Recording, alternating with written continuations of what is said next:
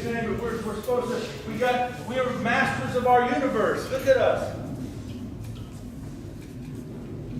The technology that we have at our fingertips is just amazing. You know, we used to say back in the old days when cell phones were flip phones. I used to have one over here. I was old school. My kids would look at me, oh, Daddy. You know? I was rebelling against it. I didn't want to go here because I knew if I did, I'd stay on all the time. So, you know. But we've become so, you know, we're mastering the universe, but for what purpose? That's what we would do if we were really connected to God. God's desires for an ideal world, a world that we, heavenly citizens, are caring for all things.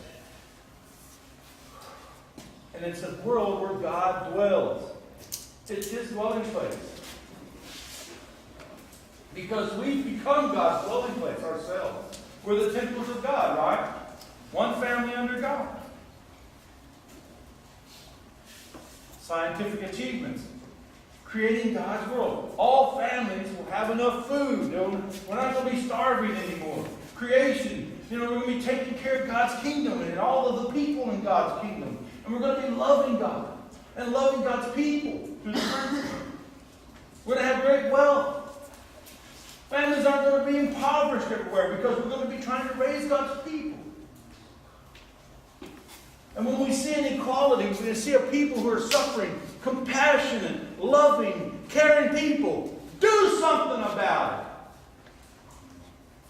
I'm so sick of people waiting for the government to do something about it. You ought to be doing something about it. You understand? That's what God called us to do. Listen, you don't have to test. You don't even have to teach the principle. Won't you live it? That'll be a teaching lesson, I tell you. You know, what was that saying? He says, you know, I can't hear what you're saying because your actions are so loud.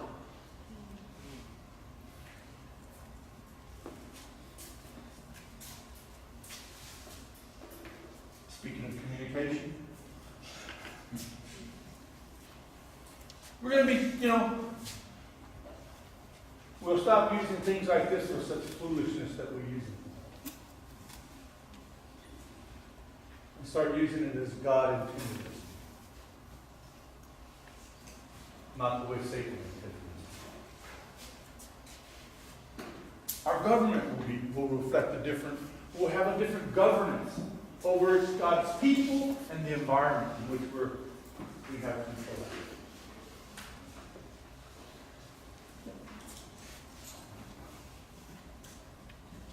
Righteousness is a word we don't teach very much anymore.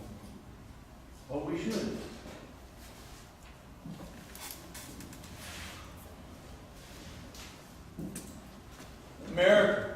America was the shining city on the hill that everybody talks about. We wouldn't be so concerned with who's crossing our borders. We'd be crossing the borders to hell. And making it inconsequential whether they cross our borders or not. Because our love is overflowing into their nations. And we're always trying to put band-aids on the real problem.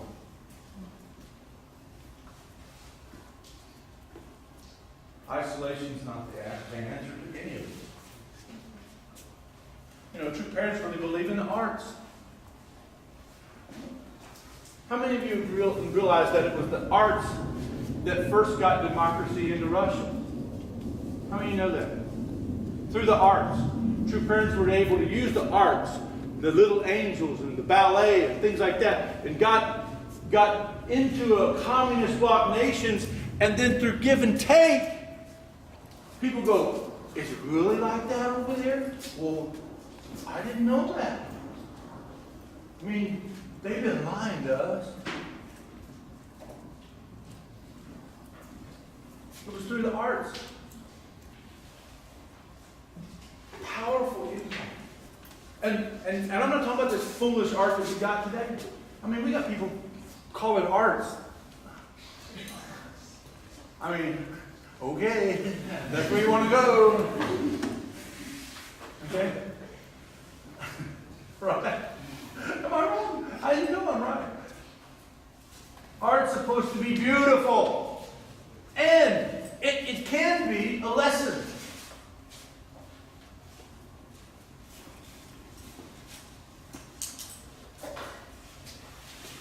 Okay.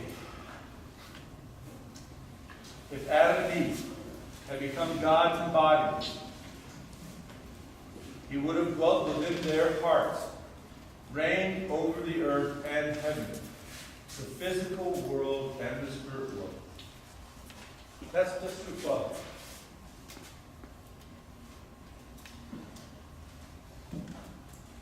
In order for God to have dominion over this world, the truth is, first God has to have dominion over me and over you.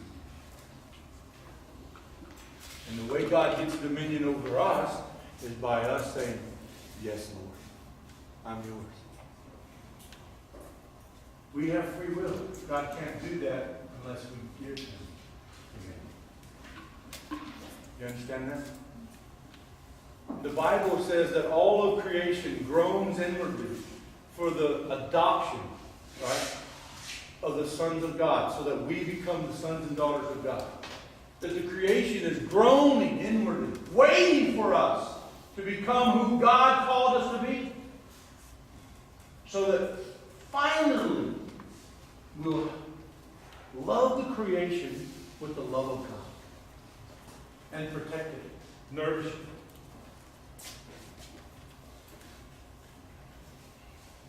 Okay, almost done. The sovereignty would have been not only God's, but also Adam and Eve. And this is really amazing. Hence, they would have expanded God's kingdom, the kingdom of peace on earth. You know, had we really done what God had, Adam and Eve done what God had called them to do, not only would God be the one having dominion, right? They would have been the owners of it all. Because God trusted them. Does anybody know what our motto is? The motto, not the motto of this year, but the motto until 2020. Does anybody know? I saw Sarah's hand go up. Does anybody know? Yes. Oh, you got to speak loud now. Let us become the true owners of eternal good. Who practice true love in resemblance to our Creator, the Heavenly Parent. Wow, right? Y'all need to write that down. I'm sorry. Let us become the owners of true love in resemblance to our Creator, the Heavenly Parent. Practicing true love in resemblance to our Creator, the Heavenly Parent. We become owners, practicing true love in resemblance to the God who created us, our Heavenly Parent. What is it, Mother? In order for all of this to happen, what do we have to be? Owners. Of what? True love. And if you own true love, you are a practicing true lover.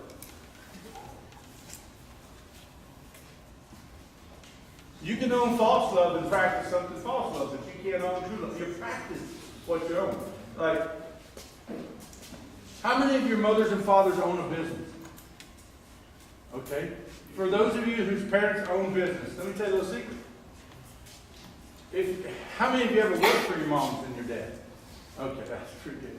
Okay, do you have the same heart behind it as your mom and your dad does? Well, how come?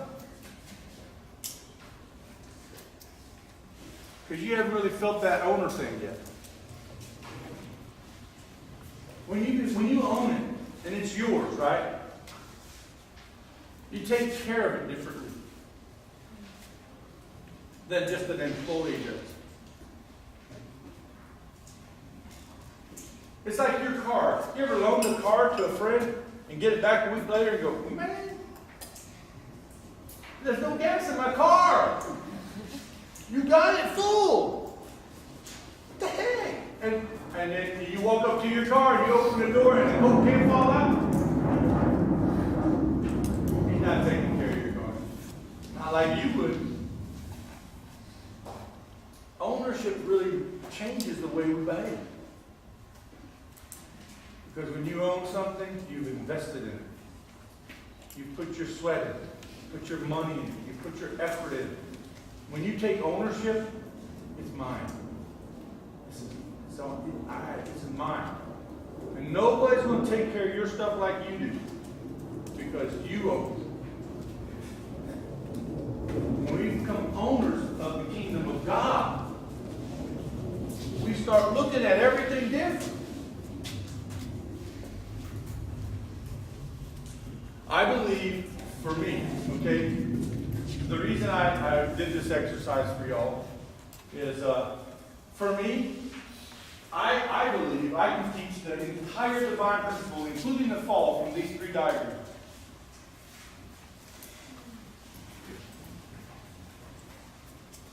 I can talk about purity. I can talk about God's will for an individual. I can talk about God's will for the family. I can talk about the creation. I can come back here and I can talk about the spirit world. I can talk about the physical world. I can talk about how we grow spiritually. I can talk about returning. I can talk about anything in the divine principle from these three things, because in this area this is how we messed it up, and this is how we get it right.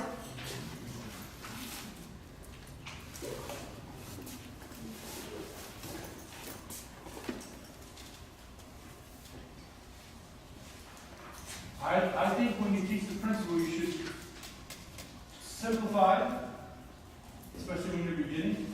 Simplify. Get the big stuff right. Yes, get down with the detail. Very important. I can teach about why God didn't intervene in the fall. I can teach about God's how love is the most powerful thing, and how the principle is a force that guides us. Well, you can teach about anything here.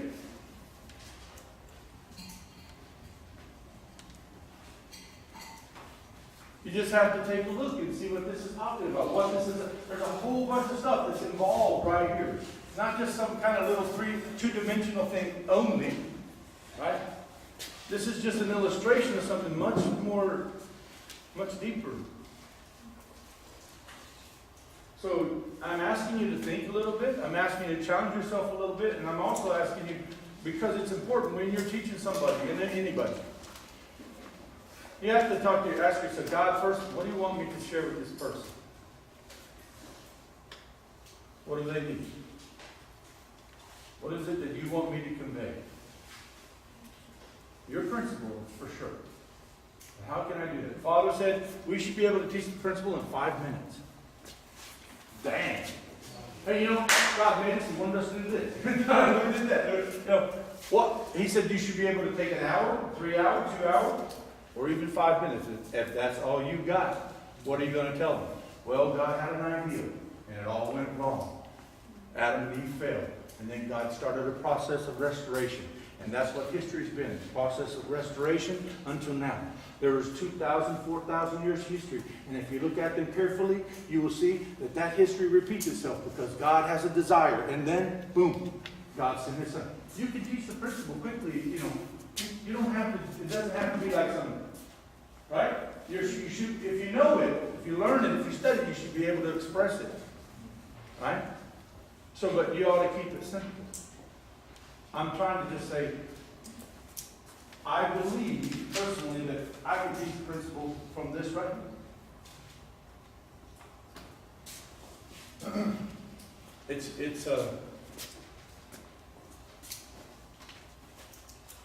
because it's a simple format, and you can work off of it. And when you teach the principle, there's going to be things you forget. Unless you're using a really, really great outline. And even if you have a great outline, when you're talking to somebody, you have inspiration and so forth, there'll be things that you forget anyway. Right? That's okay. Don't sweat that stuff. Not really. You have to trust that the Spirit of God in you is sharing with that person what they need to hear. So don't be cocky. Don't be like, I know what I'm talking about. Don't be like that. But trust God. That's all I'm saying. God's taught you something. So tell the people what you know. And that will have the ring of truth to it, and they'll believe you. Because you believe you too. Does that make sense? That's my advice to you when you're teaching the principle. Teach people what you understand. And you know, if you do that, then they'll go, oh, I get it. They'll understand. Because you understand what you're saying. Oh, I get it.